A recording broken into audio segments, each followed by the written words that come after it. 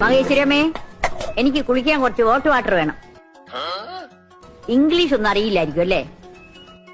എനിക്ക് കുളിക്കാനേ കുറച്ച് ചൂടുവെള്ളം വേണം. ഏതല്ലേ, ഞാൻ നിങ്ങളുടെ ജോലിക്കാരിയൊന്നുമല്ല പറയുന്ന ജോലിയൊക്കെ ചെയ്യാൻ. ചൂടുവെള്ളം പനിനീരും ഒക്കെ വേണമെങ്കിലേ ആ വനജയോട് പോയി പറ.